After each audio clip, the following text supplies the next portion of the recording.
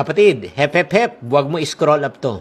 Matanong kita, may pinagdadaanan ka ba sa buhay? May dinaramdam ka ba? May iniisip ka ba at ikaw ay balisa?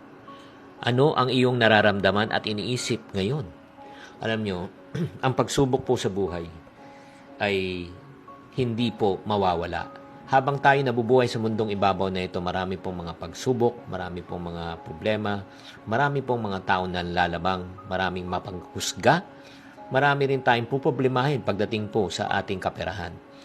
Kaya nga sa mga pagkakataon na ito, pag may pinagdadaanan ka at maaari na talagang nagdududa ka na sa inyong kakayanan, na kaya mo bang itong malagpasan, tatandaan mo to, sa bawat pag-ikot ng oras, alam mo mangyayari, may pag-asa na darating at may pagbabago na darating.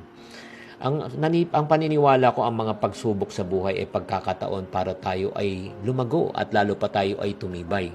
Katulad na nangyari po sa akin nung nalugi ang aking negosyo at dapang-dapa talaga ako. At during that time, sinabi ko sa sarili ko, makakabangon pa ba ako muli?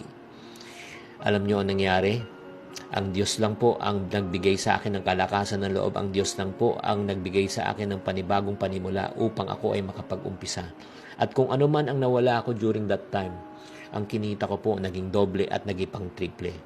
Kaya nga para sa mga taong nawawalan po ng pag-asa, sabihin ko po sa inyo, sa bawat pagsubok, okay, bawat pagdapa may pag-angat. Sa bawat pagsubok po ay may tagumpay. Kaya nga tayo po ay dapat maniwala.